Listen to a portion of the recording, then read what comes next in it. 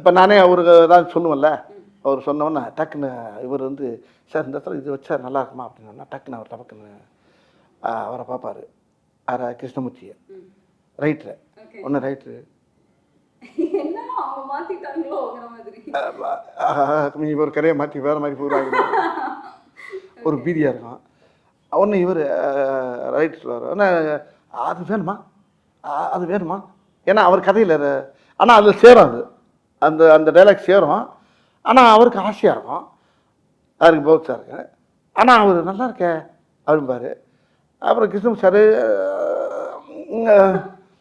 சரி வேணாம் அப்படிம்பாரு. பௌத்ஸார் வேணான்றாரு.